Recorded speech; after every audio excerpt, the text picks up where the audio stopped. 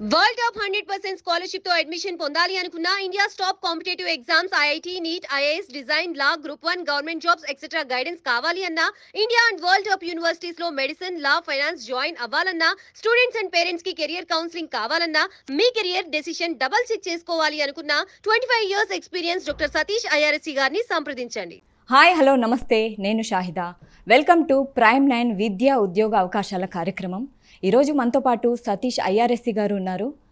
వారి సలహాలు సూచనలతో ఎంతోమంది వారి కెరీర్లో సక్సెస్ఫుల్గా ఉన్నారనమాట. సో ఎవరైనా పేరెంట్స్ అయినా స్టూడెంట్స్ అయినా ఎవరికైనా ఏ రకమైన సలహాలు సూచనలు కావాలంటే ఇప్పుడే స్క్రీన్ మీద కనపడే ఈ నెంబర్లకి కాల్ చేసి డాక్టర్ సతీష్ ఐఆర్ఎస్సి గారితో డైరెక్ట్గా మాట్లాడే అవకాశాన్ని పొందండి. సో సతీష్ గారు మనతో పాటు ఉన్నారు. నమస్తే సార్. సార్ చెప్పండి, ఇప్పుడు మీరు ఎప్పుడు బైపీసీ వద్దు అంటారు, ఎంబైపీసీ కావాలి ఎందుకంటే మ్యాథ్స్ ఉండాలి అంటారు. సో ఇప్పుడు ఏపీలో నారా లోకేష్ గారు దిగి వచ్చి మరి ఎంబైపీసీని ఇంట్రడ్యూస్ చేశారు. సో ఇది చాలా శుభ పరిణామం. మీరు అనుకున్నట్లే జరిగింది. మీకు ఎలా అనిపిస్తుంది? ఇది చాలా కాలం నుంచి మనం ఫైట్ చేస్తున్నామండి. నేను కూడా అఫీషియల్గా గవర్నమెంట్కి కూడా చాలా రిప్రజెంటేషన్ చేయడం జరిగింది. ఈవెన్ రీసెంట్గా తెలంగాణ గవర్నమెంట్కి కూడా నేను అడ్వైజర్స్కి లేకపోతే హై లెవెల్లో ఉన్నటువంటి సెక్రటరీస్కి రిప్రజెంటేషన్ కూడా చేయడం జరిగిందండి, నాకున్న పర్సనల్ కాంట్రాక్ట్స్ వాటితో కూడా. సో డెఫినెట్గా ప్రెజర్ అనేది గవర్నమెంట్ మీద వీలున్నంత వరకు ఎంత అవకాశం ఉంటే అంత ప్రెజర్ అనేది మనం పెట్టడం జరుగుతుందండి. సో ఆంధ్రప్రదేశ్ గవర్నమెంట్కి చాలా సందర్భాల్లో అటు మన ఛానల్ ద్వారా కానీ వీడియోల ద్వారా కానీ అలాగే పర్సనల్గా కానీ ఇటు జనసేన పార్టీకి కానివ్వండి, అలాగే ఇటు తెలుగుదేశం పార్టీకి కానివ్వండి, సో అలాగే ఇంతకుముందు ఉన్న వైఎస్ఆర్సీపీలో కూడా సో నా వంతుగా నేను ట్రై చేయడం జరిగింది. సో ఈ విషయాన్ని గవర్నమెంట్స్ ఇప్పుడు కనీసం రియలైజ్ అవుతున్నాయి. ఒక 8-9 ఉన్నాయండి ఇలాంటి విషయాలు. నాకు కోచింగ్ సెంటర్లకు సంబంధించిన కొన్ని విషయాలు కానివ్వండి, సిలబస్కి సంబంధించినవి కానివ్వండి, ఇట్లా చాలా ఆస్పెక్ట్స్ మీద ఉన్నాయి. అందులో ఎక్కువగా నేను మాట్లాడే దాంట్లో అలా BiPC it self is a wrong area అన్నా. సో ఇప్పుడు గవర్నమెంట్ ముందు ఏపీ గవర్నమెంట్ ముందుకు వచ్చి బైపీసీ అనేది ఒక ఎంబైపీసీ ఒక ఆప్షన్ అనేది ఇవ్వడం జరుగుతుంది. బట్ మ్యాండేటరీ చేయలే. ప్రాబబ్లీ నెక్స్ట్ ఫైటింగ్ ఏముంటుందంటే అసలు ఉత్తి బైపీసీ తీసి ఎంబైపీసీ పెట్టారు కదా, దాన్ని మ్యాండేటరీ చేయమని చెప్పేసి మళ్ళీ ఇంకా పోరాటం చేయాలి. ఎందుకంటే ఈ కోచింగ్ సెంటర్ వాళ్ళు చేసే తప్పు ఏంటంటే మీరు ఎంబైపీసీ అయితే ఉపయోగం ఉంది, మీరు నీట్కి కదా వెళ్తున్నారు, మ్యాథ్స్ ఎడిషనల్ చదివితే టైం వేస్ట్ కదా అని చెప్పేసి మళ్ళీ పిల్లలందరినీ డిమోటివేట్ చేసి మీకు అనవసరంగా ఒక సబ్జెక్ట్ చదివితే టైం వేస్ట్ కదా అని చెప్పేసి మళ్ళీ ఇంకో రకమైనటువంటి ఇబ్బంది క్రియేట్ చేస్తారు. బట్ దాని నుంచి కూడా బయటికి రావాలంటే అసలు బైపీసీ స్ట్రీమే ఉండకూడదు. మిగతా రాష్ట్రాల్లో ఉన్నట్టుగా ఓన్లీ ఎంబైపీసీ పెట్టేస్తే చచ్చినట్టు మ్యాండేటరీ చేసి చదువుతారు. సో డెఫినెట్గా ఆ స్టేజ్ కూడా వస్తుంది. అలాగే తెలంగాణలో ఉన్నటువంటి గవర్నమెంట్ ఏదైతే ఉంటుందో ఇక్కడ కూడా డెఫినెట్గా ప్రయత్నాలు జరుగుతుంది. డెఫినెట్గా నా వరకు పర్సనల్గా ఇది చాలా ఆనందకరమైనటువంటి విషయం. సో ఇమీడియట్గా వాళ్ళు గవర్నమెంట్ డెసిషన్ తీసుకున్నప్పుడు నాకు ముందే కొంత సమాచారం అందింది. నేను వాళ్ళకి పర్సనల్గా ఫోన్ చేశాను. బట్ ఇది నాలాంటి ఒక వ్యక్తి వల్ల జరిగిందని నేను చెప్పలేను. కానీ అంటే డెఫినెట్గా నాలాంటి వ్యక్తులు కొంతమంది వాళ్ళ సలహాలు తీసుకున్నారు. లేదు ఇది కరెక్ట్ విధానం ఇది అన్న ఉద్దేశం గవర్నమెంట్ కూడా వచ్చింది ముందుకి. ఎందుకంటే ఎవరో ఒకళ్ళు విద్యావేత్తలు కొంచెం డీప్గా దాన్ని అనాలిసిస్ చేసి ఎందుకు వద్దంట అన్నదాన్ని కూడా రీజన్ చెప్పాలి కదా. మనం ఏదో క్యాజువల్గా ఏదో పొలిటీషియన్ మాట్లాడినట్టుగా మీరు బైపీసీ వద్దు లేదా ఎంబైపీసీ పెట్టండి అంటే ఎవడంటాడు ఈ రోజుల్లో. అది మోర్ లాజికల్గా కంపారిజన్ విత్ అదర్ స్టేట్స్ కానీ అదర్ కంట్రీస్లో ఏ విధంగా ఇబ్బంది పడుతున్నారు ఈ బైపీసీ చదివిన వాళ్ళు. ఇక్కడ 5 లక్షల మందిలో మీరు అబ్జర్వ్ చేసినట్లయితే 2 రాష్ట్రాల్లో కలిపి మొన్న నీట్ రిజిస్ట్రేషన్ 2.5 లక్షల మంది ఉన్నారండి. ఇమాజిన్ 2.5 లక్షల మంది నీట్ రాశారండి 2 రాష్ట్రాల్లో. ఇమాజిన్ 2.5 లక్షల మందిలో సీట్లు మీరు చూసినట్లయితే కనీసం 7,000 నుంచి 8,000 మంది జాయిన్ అవుతున్నారు ఎంబీబీఎస్. మ్యాక్సిమం 7,000 నుంచి 9,000 మధ్యలో జాయిన్ అవుతారండి మన 2 రాష్ట్రాలు కలిపి. మరి 2.5 లక్షల్లో 7,000, 8,000 తీసేస్తే మిగిలిన 2,40,000 మంది తెలుగు విద్యార్థుల పరిస్థితి ఏంటి? వాళ్ళని దృష్టిలో పెట్టుకుని మనం మాట్లాడాలి. కోచింగ్ సెంటర్లో తల్లిదండ్రులు ఏదో ఓవర్ కాన్ఫిడెంట్గా ఎవడో చూసినట్టు మాట్లాడొచ్చు. ఇది నేను నాకెందుకు మెడిసిన్ సీట్ వస్తుంది కదా అని చెప్తున్నారు వాళ్ళు. సో ఇది డెఫినెట్గా ఈ ఆలోచన విధానం మారి అన్ని రకాలుగా ఇబ్బంది లేకుండా మనం చదువుకున్న చదువు ఉపయోగపడాలి. కాబట్టి ఈ బైపీసీ అన్న విధానాన్ని మొత్తం సమూలంగా తీసేయాలి అన్న విధానంలో నేను ఇప్పటికీ అదే స్టాండ్ ఉన్నాను. దాని మీద ఇంకా ఫైట్ చేస్తున్నాను. చాలా వరకు మనం సక్సెస్ అయ్యమని చెప్పొచ్చు. ఎందుకంటే ఇది ఇప్పుడు కాదు, 2 ఏళ్ళ నుంచి 3 ఏళ్ళ నుంచి పోరాడుతున్నాను నేనైతే. మీకు ఏదో వీడియోలో ఏదో రకంగా వాళ్ళు బైపీసీ వాళ్ళు తిడతానే ఉంటాను నేను ఆ పేరెంట్స్ని. సో కొంత ముందుకు వచ్చింది గవర్నమెంట్ డెఫినెట్గా. అట్లాగే సిబిఎస్ఈ స్కూల్స్లో కూడా ఎంపీసీ ఇస్తున్నటువంటి ప్రతి స్కూలు కూడా బయాలజీని అడిషనల్ సబ్జెక్ట్ కింద పెట్టండి అని చెప్పేసి అడుగుతున్నాం. చాలా స్కూల్లో నేను పర్సనల్గా చెప్పాను. ఈ తెలంగాణలో హైదరాబాద్లో ఇచ్చి జేఈ కోచింగ్ స్టేట్ సిలబస్తో వద్దు సిబిఎస్ఈతో ఇమ్మని చెప్తున్నా నేను. ఎన్నో స్కూల్స్ నాకు ఎన్నో ఫోన్లు వస్తున్నాయి. సార్ మీ దగ్గర నుంచి మీ వీడియోలు విని మా పేరెంట్స్ మా దగ్గరికి వస్తున్నారు, సిబిఎస్ఈతో పాటు పెట్టమని అడుగుతున్నారు, మా స్టేట్తోనే ఉంది, అసలు మాకు చాలా ఎక్కువగా ఉంది ప్రెజర్ అంటే ఆ ప్రెజర్ వాళ్ళు తట్టుకోలేక హైదరాబాద్లో చాలా స్కూల్స్ ఈ సంవత్సరం సిబిఎస్ఈతో పాటు జేఈ పెట్టినాయండి. ఈ సంవత్సరం 2025 సంవత్సరానికి అడ్మిషన్స్ ఇచ్చి చాలా స్కూల్స్ సిబిఎస్ఈ విత్ జేఈ ఇస్తున్నారు. ఇది ఎన్నో రోజులు అడుగుతున్నా చాలా ఇన్స్టిట్యూట్ సార్ మాకు అడ్మిషన్స్ రావట్లేదు, మీరు ఎలా చెప్తే ఎలాగా, స్టేట్ బోర్డు తెస్తున్నాం కదా అని చెప్పి నారాయణ చైతన్య లాంటి కరుడు కట్టినటువంటి ఇన్స్టిట్యూట్స్ కూడా సిబిఎస్ఈకి మారుతున్నాయి, ఇంకా మారాలి. సో ఇది డెఫినెట్గా ఈ మార్పులు రావాలండి. ఎడ్యుకేషన్ సిస్టంలోనే ఈ మార్పులు అనేవి మనకి రావాలండి. ఇవన్నీ వస్తే స్టూడెంట్స్కి డెఫినెట్గా కొంత మల్టిపుల్ ఆప్షన్స్ ఉంటాయి.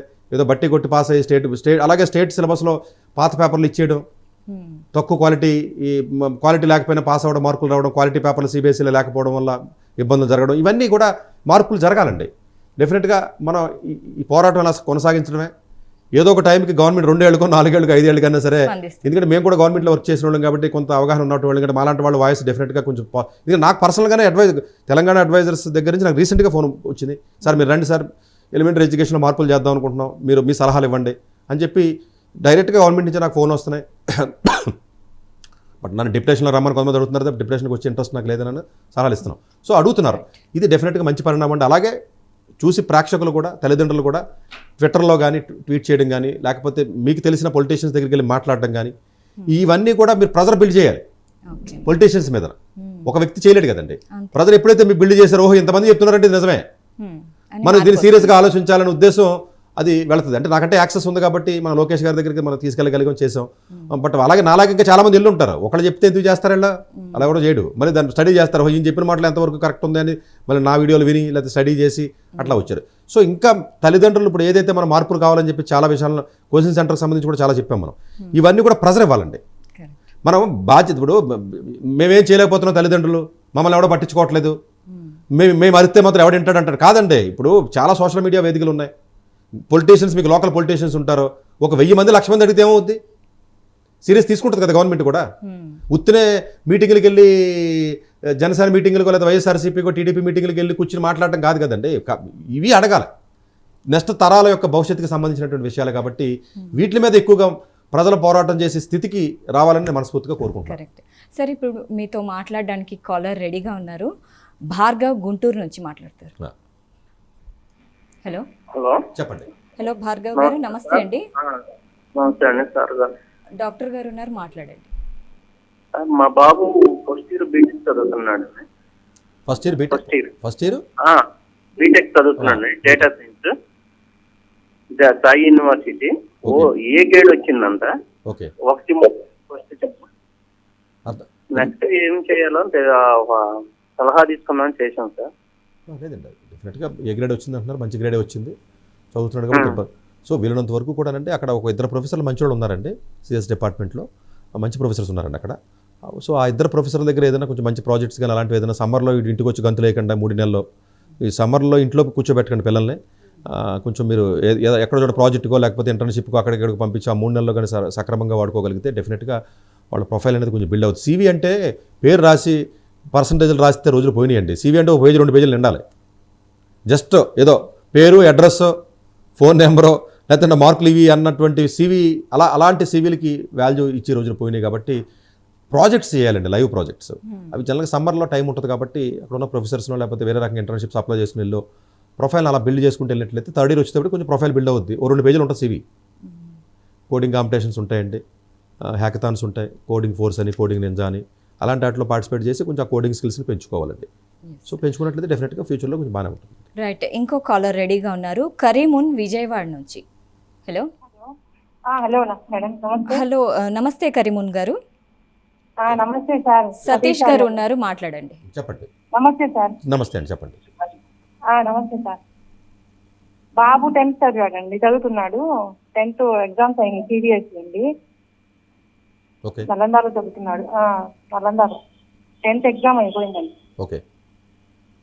CBSE అదే బాబుకి స్టేట్ సిలబస్ లో ఉంచాలా, CBSE లో ఉంచాలని doubt sir. Inter 2nd year దాకా నలందాలో ఉంది, అక్కడే కంటిన్యూ చేయాలా, బయట ఇక్కడ వేయాలంటే స్టేట్ ఉంది అంటున్నారు సార్. అదేనండి, ఇది ప్రతి తల్లిదండ్రులకి వచ్చి కామన్ క్వశ్చన్ అండి. కాకపోతే ఆ క్వశ్చన్కి సింగిల్ లైన్లో ఆన్సర్ ఇచ్చే పరిస్థితిలో ఉండలేను నేను. అలా దాంట్లో చాలా ఫ్యాక్టర్స్ ఉంటాయండి. అసలు ఇప్పుడు 10th ఎలా చదువుతున్నాడు, వాడి స్టాండర్డ్ ఏంటి, అసలు వాడికి 10th ఎన్ని మార్కులు వస్తాయి, వాడిని పట్టుకెళ్ళి ఇప్పుడు ఫౌండేషన్లో లేడు ఉన్నాడా, మళ్ళీ పట్టుకెళ్ళి జైలు వేస్తాడు, సక్సెస్ అవ్వగలడా లేదా, లేకపోతే వాడిని ఒకవేళ సక్సెస్ అవ్వకపోతే వేరే ఆప్షన్స్, అంటే 12th తర్వాత ఏం చేస్తారన్నది క్లారిటీ వచ్చిన తర్వాత అప్పుడు 11th ఎందులో లేదో తెలుస్తుంది. 12th తర్వాత వీడికి ఎక్కడికి వెళ్ళే అవకాశం ఉందో మనం గెస్ చేసి బ్యాక్ ఇంజనీరింగ్ చేసి అప్పుడు వేయాలండి. స్టేట్ బోర్డా, సిబిఎస్ఈయా, లేకపోతే ఏదైనా కాంపిటేటివ్ దాంట్లో వేయాలా, లేకపోతే ఏదైనా అబ్రాడ్ ప్లాన్ చేయాలన్నది. బట్ ఆ క్వశ్చన్కి ఒక సింగిల్ ఆన్సర్ ఉండదు. అసలు సింగిల్ ఆన్సర్ ఉంటే 100 ఎపిసోడ్లు అక్కర్లేదు అసలు. నాకు అయిపోయింది కదా, సింగిల్ ఆన్సర్ కదా అది. అలా ఉండదండి. ప్రాబబ్లీ నేను ఎగ్జాక్ట్గా చెప్పలేనండి ఇంత తక్కువ టైంలో. ప్రాబబ్లీ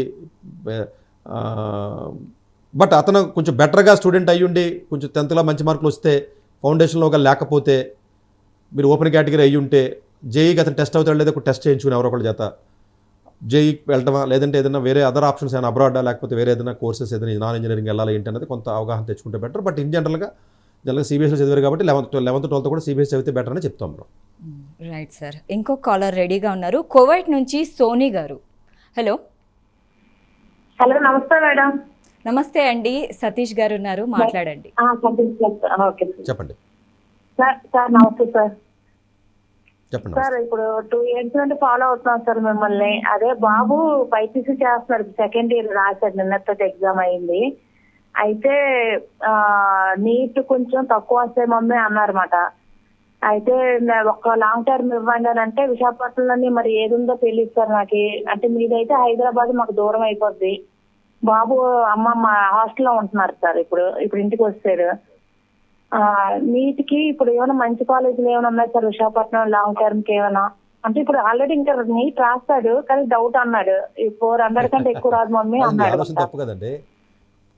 కాదండి, ఇప్పుడు ఇంకా నీట్ ఎగ్జామ్ ఉంది, మే నెల దాకా ఉంది. ఇప్పుడు రాస్తున్నాడు కదండి, రాయనివ్వండి. రాసిన తర్వాత అప్పుడు సీటు వచ్చిందా రాలేదా, ఎన్ని మార్కులు వచ్చినా చూసిన తర్వాత వెళ్ళాలి. జనరల్గా నీట్ లాంగ్ టర్మ్కి వెళ్తే మాత్రం నీట్ వచ్చే అవకాశాలు కూడా తక్కువే. అన్లెస్ వాడు ఫిజిక్స్ స్ట్రాంగ్గా ఉంటే తప్ప నీట్ లాంగ్ టర్మ్కి వెళ్ళకూడదు. బయాలజీ వీక్గా ఉన్నాడు, నీట్ లాంగ్ టర్మ్కి వెళ్ళాలి. ఈ బైపీసీ వాళ్ళందరికీ వీళ్ళకి ఐక్యూ మ్యాథ్స్ ఉండదు కదా, వీళ్ళందరూ బయాలజీ స్ట్రాంగ్ ఉంటారు. వీళ్ళు ఈ బయాలజీ స్ట్రాంగ్ ఉండి ఫిజిక్స్ వీక్ ఉన్నవాడు లాంగ్ టర్మ్కి వెళ్తే 2 లాంగ్ టర్మ్లు వేసినా 3 లాంగ్ టర్మ్లు వేసినా ఉపయోగం ఉండదు. అది స్టూడెంట్ని కొంచెం కరెక్ట్గా అసెస్ చేసి చేయాలి దాన్ని. అసలు ఒకసారి రాయలేదు కదండి. సో లాంగ్ టర్మ్ గురించి ఇప్పుడు ఆలోచించడం వల్ల ఇప్పుడు గేమ్ ఓడిపోతాడు కాదు కదా. మీరు పట్టుకున్నారో దిగారు, తప్పో తెలియకో రైటో దిగారు, దిగిన తర్వాత యుద్ధం చేయవలసిందే. మధ్యలో వచ్చేస్తారంటే అవతల చంపేస్తాడు మనల్ని. వెళ్ళి ముందు ఆలోచించాలి యుద్ధంలోకి. వెళ్ళిన తర్వాత మీరు కొంచెం అటు ఇటు రిలాక్స్ అయ్యారనుకుని ఎవడో వేసేస్తాడు మనల్ని. మీరు ఎందుకంటే బైపీసీ స్ట్రీమ్స్ ఇంత డేంజరస్ స్ట్రీమ్ అది. మీకు వేరే ఆప్షన్ ఉండదు వాళ్ళకి. ఆడ మెడిసిన్ వచ్చిందా ఓకే, లేదంటే వేరే కోర్సులు ఉండవు. అందువల్ల ఏంటంటే మీరు యుద్ధం చేయడమే. బట్ ఇన్ జనరల్గా మీకు లాంగ్ టర్మ్ అన్న పదం అడిగారు కాబట్టి చెప్తున్నానండి. ఫిజిక్స్ స్ట్రాంగ్గా ఉండగలిగితే లాంగ్ టర్మ్ వర్కౌట్ అవుద్ది. వాడు బయాలజీ జువాలజీ స్ట్రాంగ్గా ఉన్నవాడైతే లాంగ్ టర్మ్ వర్కౌట్ అవుతుంది. సో ఫిజిక్స్ వచ్చేసి డిసైడింగ్ అనమాట. డిసైడింగ్ ఏనండి. వాళ్ళు మ్యాథ్స్ రానోడు ఫిజిక్స్ రాదు వీళ్ళకి. వీళ్ళంటే మ్యాథ్స్ భయం వేసి వచ్చిన బ్యాచ్ అంటే ఎక్కువ ఉంటారు వీళ్ళందరూ. అందు గురించి ఇన్ని లాంగ్ టర్మ్ వేసిన ఉపయోగం ఉండదండి. జనరల్గా మ్యాథ్స్ స్ట్రాంగ్గా ఉండి ఫిజిక్స్ స్ట్రాంగ్గా ఉన్నాడు అనుకోండి, జనరల్గా వాళ్ళకి వచ్చేస్తాయి. ఫిజిక్స్ అండ్ ఫిజికల్ కెమిస్ట్రీ స్ట్రాంగ్గా ఉన్నప్పుడు లాంగ్ టర్మ్ వర్కౌట్ అవుతుంది. ఓకే. సో ఇంకో కాలర్ రెడీగా ఉన్నారు, ప్రవీణ్ గారు హైదరాబాద్ నుంచి. Hello sir. నమస్తే మేడం. ప్రవీణ్ గారు, సతీష్ గారు ఉన్నారు, మాట్లాడండి. సార్ నమస్కారం సార్. చెప్పండి సార్. ఇప్పుడు ఇది army school, air force school admission వచ్చింది సార్. అందులో జాయిన్ చేయడం బెటరా లేకపోతే ప్రైవేట్ స్కూల్ బెటరా? ఎక్కడ వచ్చిందంటే ఆ స్కూల్ పేరు చెప్పండి. ఇది మన బేగంపేట దగ్గర ఎయిర్ ఫోర్స్ స్కూల్లో సార్. Okay okay okay. ఏ క్లాస్ అండి? ఈ చిన్నపిల్లలు సార్, నర్సరీ సార్. స్కూల్ అదే ఎల్కేజీ యూకేజీ. కొంచెం డిసిప్లిన్ అవుతుంది అదే. అంటే జనరల్గా ఈ డిఫెన్స్ స్కూల్స్ ఏవైతే ఉన్నాయండి లోయర్ క్లాసెస్లో అంటే చాలా మంచిదండి. చిన్నప్పటి నుంచి అంటే మేబీ కాంపిటేటివ్ ఎగ్జామినేషన్ అంటే 9th నుంచి అవసరం ఉంటుంది. అప్పుడు ప్లానింగ్ వేరే ఉంటుంది. ఇప్పుడు సైనిక్ స్కూల్ ఉందనుకోండి, ఎలా చెప్తాం మేము 2 నెలలు చదవండి బాబు అంటాం. కనీసం పొద్దున్న లెగడం అలవాటు వద్దు బాబు నీకు, లేదా వరస్ట్గా తయారయ్యారు ఇంట్లో కూర్చుని మీరు, కనీసం కొంచెం డిసిప్లిన్ అని వస్తుందని చెప్తాం. మేబీ కాంపిటేటివ్ ఎగ్జామినేషన్ స్టైల్ అనేది అలాగే 9th 10th ఆ టైంలో వేరే. అప్పుడు బయట తీయాలా లేదనేది అట్స్ డెఫినెట్ క్యాలిక్యులేషన్. అంటే నేను కంప్లీట్గా సైనిక్ స్కూల్ మంచిది, ఆర్మీ స్కూల్ మంచిది అని చెప్పట్లేదండి. ఏ ఏజ్కి అతనుకున్న ఫ్యామిలీ కండిషన్ బట్టి, ఆ స్టూడెంట్ యొక్క డిసిప్లిన్ బట్టి డిసిషన్ తీసుకోవాలి. కరెక్ట్. అంటే హైలీ డిసిప్లైన్డ్ అయితే ఒక రకంగా ఉంటుంది. జనరల్గా ఇప్పుడు ఉన్నాడు ఎవడో డిసిప్లిన్ ఉండడు. అలా తల్లిదండ్రుల మాట వినరండి ఎవరనో జనరల్గాను. అందు గురించి ఏంటంటే ఆ చిన్నపిల్లల్ని కొంచెం డిసిప్లైన్గా ఉన్న స్కూల్లో వేయడం అనేది కరెక్ట్ పద్ధతి అండి యాక్చువల్గా. తర్వాత మార్చుకోవచ్చు. సో ఇంకో కాలర్ రెడీగా ఉన్నారు సార్, సుధాకర్ రెడ్డి హైదరాబాద్ నుంచి. హలో సార్ నమస్తే. నమస్తే సుధాకర్ గారు, చెప్పండి సార్ నమస్తే సార్. తమరి వల్ల మేము చాలా చదువు గురించి చాలా విషయాలు తెలుస్తున్నాయి సార్. మీరు మమ్మల్ని చాలా ఎడ్యుకేట్ చేశారు, మీకు కృతజ్ఞతలు సార్. సార్ మా బాబు ఐఐటి భువనేశ్వర్ లో ఫస్ట్ ఇయర్ చదువుతున్నాడు సార్, సెకండ్ సెమిస్టర్. ఫస్ట్ లో 8 GPA వచ్చింది సార్, 8.8 వచ్చేది. ఈ సమ్మర్ లో మేలా అయిపోతున్నాయి సార్ సెకండ్ సెమ్ ఎగ్జామ్స్. ఆ తర్వాత ఇంటర్న్షిప్ చేయాలా లేకపోతే అక్కడే ఉండి చేయాలా, ఇక్కడ హైదరాబాద్ నుంచి చేయాలా, ఏం? అవునండి, ఆల్రెడీ నేను ఒక క్వశ్చన్ వేరే క్వశ్చన్కి నేను ఆన్సర్ చెప్పినప్పుడు కూడా చెప్పానండి. ఒక అబ్బాయి అడిగారు కదా ఏదో. సో డెఫినెట్గానండి సమ్మర్ ఫస్ట్ ఇయర్లో ఎట్టి పరిస్థితుల్లో స్టూడెంట్ ఖాళీగా ఉండడానికి కుదరదు. సరే మీరు అందరినీ చంపేస్తారా, లేదా అందరినీ చదువుకోమని చెప్తారా, లేకపోతే ఖాళీగా ఉండొద్దా, రిలాక్స్ అవ్వద్దా అని చెప్పేసి నన్ను తిట్టారు కానీ జనం అది డిఫరెంట్ పక్కన పెట్టండి, ఆ యాంగిల్ పక్కన పెట్టండి. ఇప్పుడు ఉన్నటువంటి దీంట్లో ఏంటంటే జనరల్గానంటే ఖాళీగా ఉంటే ఇదేం చేస్తాడు, ఇదేం చేయడు, ఇంట్లో కూర్చుని మళ్ళీ మొబైల్ తీసుకుని మొబైల్తో ఉంటాడు. ఇంకో 4 బ్యాడ్ హ్యాబిట్స్ నేర్చుకుని మళ్ళీ కాలేజీకి వెళ్తాడు. ఇప్పుడు 8 వచ్చినాడు, మళ్ళీ 7 వస్తాడికి. మళ్ళీ ఇంకో 4 నెలలు కాలేజీ తిరిగాడు అనుకోండి, మళ్ళీ థర్డ్ ఇయర్కి వెళ్తే 6 వస్తుంది GPA. అంటే వేడి మీద ఉన్నప్పుడే వేడి చల్లారకూడదండి. మళ్ళీ చల్లారితే మళ్ళీ వేడి ఎక్కాలంటే కష్టం కదా. వేడి మీద ఉన్నప్పుడు వంగుద్ది ఏదన్నా ఐరన్ అయినా ఏదైనా. అందువల్ల ఏంటంటే ఈ చదివేవాడు పిల్లలు ఎలా ఉండాలంటేనంటే మధ్యలో మీరు రిలాక్సేషన్ టైం ఎక్కువ ఇవ్వకూడదు జనరల్గా. అందువల్ల అంటే ఆ పర్స్పెక్టివ్లో సరే నాలెడ్జ్ పర్స్పెక్టివ్లో డెఫినెట్గా వాళ్ళు సమ్మర్లో ఏదో ఒకటి చేయాలి. ఏది రాకపోతే జనరల్గా ఐఐటి భువనేశ్వర్లో అంటే సమ్మర్ రీసెర్చ్ బాగా జరుగుతుంది. అంటే బయట స్టూడెంట్స్ చాలామంది వస్తారు, ప్రాబబ్లీ ఫస్ట్ ఇయర్ కాబట్టి అతనికి అవకాశం రాకపోవచ్చు. బట్ అక్కడ ఉన్న ఫ్యాకల్టీని ఉండకుండా పట్టుకుని చాలా one of the best computer science faculty ఉన్నది ఇండియా మొత్తం మీద ఐఐటి భువనేశ్వర్లో అండి. ఒక లేడీ ఉంటారండి, ఆవిడ చాలా షీ ఈజ్ ద బెస్ట్ అంతే. అంటే ఆవిడకి ఉన్న రెప్యుటేషన్ కానీ ఆవిడ టీచింగ్ ఇది కానీ. సో భువనేశ్వర్లో CS డిపార్ట్మెంట్ కొంచెం బెటర్ డిపార్ట్మెంట్ అండి. పర్టికులర్గా అంటే సమ్మర్ రీసెర్చ్ పర్స్పెక్టివ్లో 300 మంది 400 మంది ఉంటారు డెఫినెట్గా. సో ఎవరినో ఒకటి పట్టుకుని ఏదో రీసెర్చ్ చేసిన అక్కడే హాస్టల్లో ఉండేదో బాధపడటం తప్ప ఏదైనా ఇంటికి వస్తే 4 రోజులు ఉండి మళ్ళీ వెళ్ళిపోవడం బెటర్ అంటే తప్ప మీరు సమ్మర్లో 3 నెలలు అనేది టైం వేస్ట్ చేయడం అనేది జనరల్గా అడ్వైజబుల్ కాదండి. ఏదో ఒకటి నేర్చుకుంటేనే బెటర్, ఏదో ఒకటి నేర్చుకోవాలి. సో ఇంకో కాలర్ రెడీగా ఉన్నారు, రవికుమార్ కందుకూరు నుంచి. హలో, నమస్తే రవికుమార్ గారు. సతీష్ గారు ఉన్నారు, మాట్లాడండి. సార్ నా పేరు రవికుమార్ అండి. మా అమ్మాయి వచ్చేటికి 10th క్లాస్ CBSE ఈ మధ్య ఎగ్జామ్స్ రాసింది సార్. నేను ITC తీసుకోమని చెప్తున్నాను, కానీ మా అమ్మాయి మాత్రం MPC అంటుంది. కానీ ఆ మార్కులు కానీ ఆ ఇంట్రెస్ట్ కానీ చూస్తే సోషల్ సైడ్ ఉన్నదన్నమాట. సోషల్ సైడ్ నుంచి మ్యాథ్స్ వైపు రావడానికి ఇబ్బంది ఉంటుంది కాబట్టి మ్యాథ్స్ తీసుకొని తర్వాత +2 తర్వాత ఏం చేద్దాం అనేది చూస్తున్నారు. నేను అనేది ఏంటంటే మీరు బైపీసీ తీసుకుంటే వాళ్ళు MBBS తప్పితే ఇంకే ఏ ప్లేస్ లేదంటున్నారు. కానీ there are lot of BSc cardiology అని, BSc నర్సింగ్ అని, BSc అని చాలా పారామెడికల్ కోర్సెస్. అవి వాటికి పోవడానికి లేదా ఆంధ్రప్రదేశ్ లో ఎక్కడ ఈ కోర్సులు ఉన్నాయి అనేది చెప్తారా? అంటే జనరల్గా అంటే బైపీసీ స్టూడెంట్స్ మెడిసిన్ తప్ప మిగతా వాటికి వీళ్ళకి పెద్దగా యూజ్ అవ్వరన్న కంటెస్ట్ ఏంటంటేనండి, మిగతా ఏవైతే బయాలజీ ఉంటాయో అలైడ్ ఫీల్డ్స్ ఏవైతే ఉంటాయో ఇప్పుడు ఆయన చెప్పిన నర్సింగ్ కానీ పారామెడికల్ కానివ్వండి, లేకపోతే ఏదైనా బయోటెక్నాలజీలు కానీ, లేకపోతే ఏదైతే మన ఫార్మా కానీ ఏవైతే రిలేటెడ్ కోర్సెస్ ఉంటాయి ఇవన్నీ కూడా అంటే మంచివి కాదు మంచివి అన్నది కాదు ఇక్కడ. అవి ఎందుకు వద్దని చెప్తామంటేనండి వాటిల్లో సప్లై ఎక్కువ, జాబ్స్ తక్కువ ఉండడం వల్ల శాలరీస్ 12,000 నుంచి 20,000 మధ్యలో ఉంటాయి. ఫర్ ఎగ్జాంపుల్ నేను టెక్నీషియన్ అండి, ఒక రేడియాలజీ డిపార్ట్మెంట్లో టెక్నీషియన్ కోర్స్ నేర్చుకున్నానండి. ఎంత ఇస్తాడు నాకు? 15,000 ఇస్తాడు, 20,000 ఇస్తాడు. దానికి నాకు ఓకే అనుకోండి, ఇబ్బంది ఉంది. వాడిని తక్కువ చేసి నేను మాట్లాడలే. ఈ పేరెంట్స్కి ₹1,00,000 జీతం వస్తూ అనుకుంటున్నారు వీళ్ళు, అందు గురించి వద్దని చెప్తాను అంతే. లేదు సార్ నాకు 20,000 రూపాయలతో నాకు జీతం ఆ రేంజ్ ఆఫ్ 20,000, 25,000, 15,000 మరి 20,000 ఎందుకు వస్తుంటే దెబ్బలాడద్దు, 20,000 వస్తాయి. నేను చెప్పేది అది 20,000 సరిపోతుంది అంటే కరెక్ట్గా సరిపోతుంది అంటే 100% జాయిన్ అవ్వచ్చు. అందులో ఇబ్బంది ఏముంది? డ్రైవర్ ఉంటాడు, వంటోడు ఉంటాడు, తుడిచివాడు ఉంటాడు, లేకపోతే ప్రతి బాటమ్ టు టాప్ ప్రతివాడు ఉంటాడు. వీళ్ళ యాస్పిరేషన్స్ కానీ వీళ్ళ డ్రీమ్స్ కానీ ఎక్కువ ఉండకూడదు. అంతే తప్ప అది కోర్సు మంచిది కాదు అంటానంటే వీళ్ళ డ్రీమ్స్ ఎక్కువ. ఇప్పుడున్న కుర్రోళ్ళు అడిగారు అనుకోండి పిల్లల్ని, అసలు 100 చెప్తారు. బెంజ్ గారి దగ్గర నుంచి మొదలెడతారు, డూప్లెక్స్ వెల్లాస్ దగ్గర నుంచి మొదలెడతారు. వాళ్ళు టైటన్ వాచ్ సరిపోతుంది, వాళ్ళకి రోలెక్స్ కావాలని అడుగుతారు. మాటలేమో ఆ రేంజ్లో ఉంటాయి. నర్సింగ్ నాకు వద్దా సార్ అంటే వెళ్ళొద్దని కాదండి, మంచిది కాదు అన్న పాయింట్ ఏంటంటే ఇప్పుడు బిఏఓడు బేకావుడు దీనికి పనికిరాడని చెప్తాను నేను. పనికొస్తాడంటే పనికొస్తాడు, 1000లో ఒకడు పనికొచ్చాడు, మిగతా వాళ్ళకి ఎంతంత వస్తాయి జీతాలు? ఆ శాలరీ బ్యాండ్ అనేది మరి చదువు అనేది శాలరీ గురించా అన్నది డిబేట్ వేరండి. అది మనం వేరే రకంగా మాట్లాడదాం, దాన్ని వేరే రకంగా చెప్తాను నేను. ఇప్పుడు ఒక్కసారి డెప్త్లోకి వెళ్తే లాజికల్గా నేను అన్ని ఎనాలిసిస్ చేయగలను. అంటే ఇప్పుడు క్వశ్చన్ అడిగాడు కాబట్టి చెప్తున్నాను. అందువల్ల డెఫినెట్గా అతను చెప్పినట్టుగా పారామెడికల్ కోర్సెస్ ఆంధ్రప్రదేశ్లో ఏ కాలేజీకి వెళ్ళినా కూడా హ్యాపీగా nursing coursing better. In fact abroad options కూడా ఉంటాయి దానికి. ఓకే. అలా మిగతా దానికి అయితే ఉండవు. సో డెఫినెట్గా లేదు ఇంకా అమ్మాయి చదవలేదు, ఇబ్బంది పడుతుంది, మెడిసిన్ సీట్ రాకపోతే పర్వాలేదు, మనం ఏదన్నా పారామెడికల్ కోర్సెస్ వెళదాం, మనకి ఆ రేంజ్లో మనకి ఇబ్బంది లేదనుకుంటే హ్యాపీ. ముందే మెంటల్గా ఫిక్స్ అయ్యి వెళితే ఇబ్బంది లేదు. అదే నువ్వు అంతే కదా అమ్మాయి, నువ్వు ఇక్కడ ఉద్యోగం చేసుకుంటున్నప్పుడు నీకు ముందే తెలుస్తుంది కదా నేను ఎలాంటి కోర్స్ చదువుతున్నానో, నాకు ఎలాంటి ఆపర్చునిటీస్ ఉంటాయి, ఎంత సప్లై ఉంది, ఎంత డిమాండ్ ఉంది, ఎంత జీతాలు వస్తాయి, నా గ్రోత్ ఎలా ఉంటుంది, ప్రమోషన్స్ ఎలా ఉంటాయి, ఒక 20 ఏళ్ళ తర్వాత ఎక్కడికి వెళ్తాను, ఈ క్లారిటీ వచ్చేసింది అనుకో హ్యాపీ కదా, ఇంక ఇబ్బంది ఏముంది. దీనికి తప్పు రైట్ అనేది ఏముండదండి, హ్యాపీగా జాయిన్ అవ్వచ్చు అమ్మాయి, ఇబ్బంది ఏం లేదు. సో ఇంకో కాలర్ రెడీగా ఉన్నారు, శ్యామ్ సుందర్రావు విశాఖపట్నం నుంచి. హలో. నమస్తే మేడం. నమస్తే శ్యామ్ సుందర్రావు గారు, సతీష్ సార్ ఉన్నారు, మాట్లాడండి. సార్ నమస్తే సతీష్ సార్. నమస్తే అండి. చెప్పండి సార్. నమస్తే సార్ సతీష్ సార్. చెప్పండి. నమస్తే అండి సార్. మీ ప్రోగ్రామ్స్ చూస్తున్నాం సార్, చాలా మంచి గైడెన్స్ ఇస్తారు పిల్లలకి. సార్ మా అబ్బాయి IIIT న్యూజివీడ్ చదివాడు సార్. మా అబ్బాయి IIIT న్యూజివీడ్ చదివాడు సార్. ఓకే. అది లాస్ట్ ఇయర్ అయిపోయింది, 1 year గేట్ కోసం కోచింగ్ తీసుకున్నాను సార్. ఓకే. ఆ గేట్ లో ఏమంటే ర్యాంక్ ఇప్పుడు రాలేదు సార్, ఒక 15 marks వచ్చాయి. ఓకే. మళ్ళీ ఏం చేయాలంటే మాకు తోచడం లేదు, కొద్దిగా మీరు ఏమైనా గైడెన్స్ ఇస్తారంటే, మళ్ళీ లాంగ్ టర్మ్ చదువుతాను బా అబ్బాయి, ఇంకా అబ్రాడ్ వెళ్తే బాగుంటుందా, ఏదైనా కొద్దిగా డిసిషన్ కావాలి సార్. ఎంత మార్కులు ఎంత ఉన్నాయండి, జీపీ ఎంత ఉంది?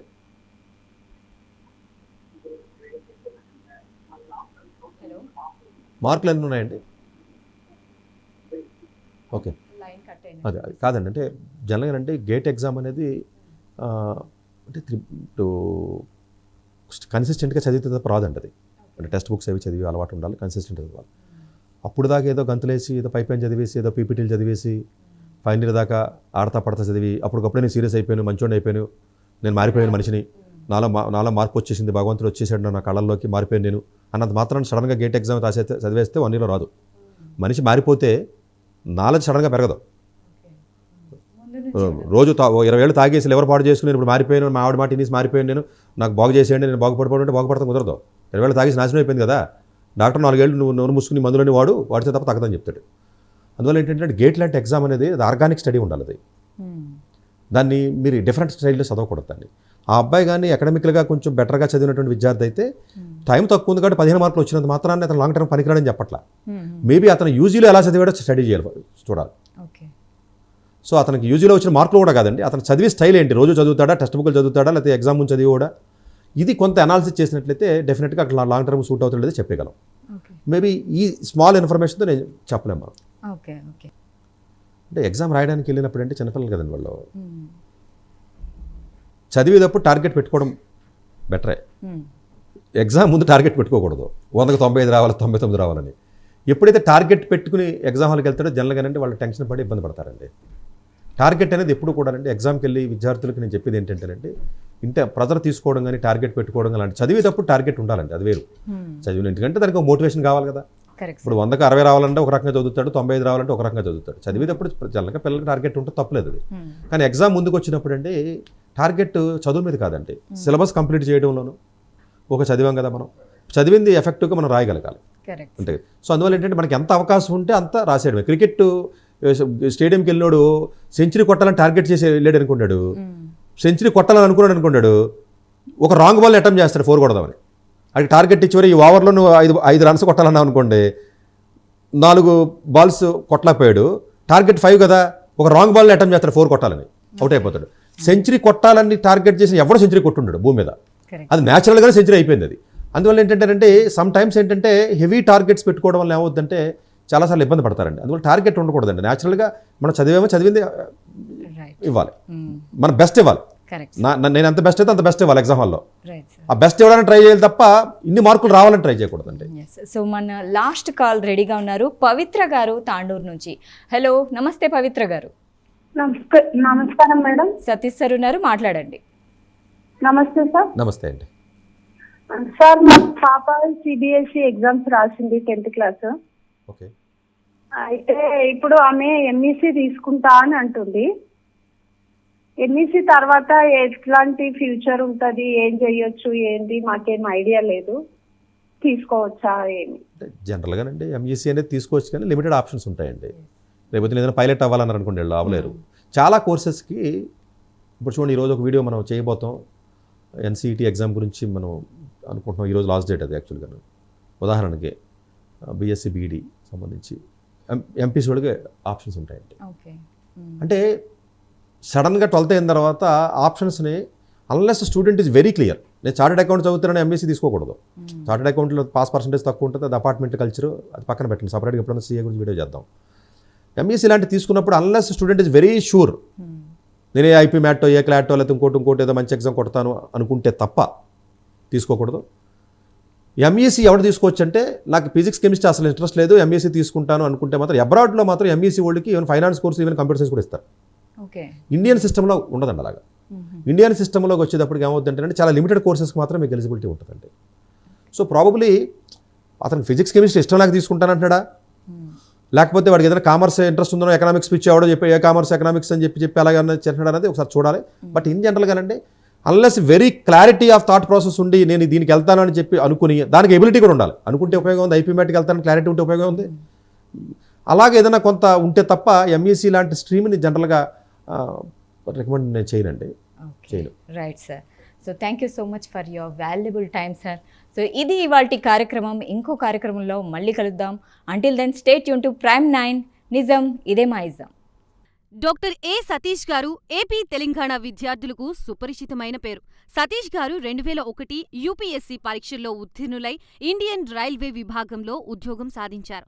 సతీష్ గారు చదివిన చదువులు engineering, M Tech, MBA, executive MBA, MSc, MBA HR, MA psychology లాంటి పోస్ట్ గ్రాడ్యుయేషన్ డిగ్రీలతో పాటు డాక్టరేట్ కూడా చదవడం జరిగింది.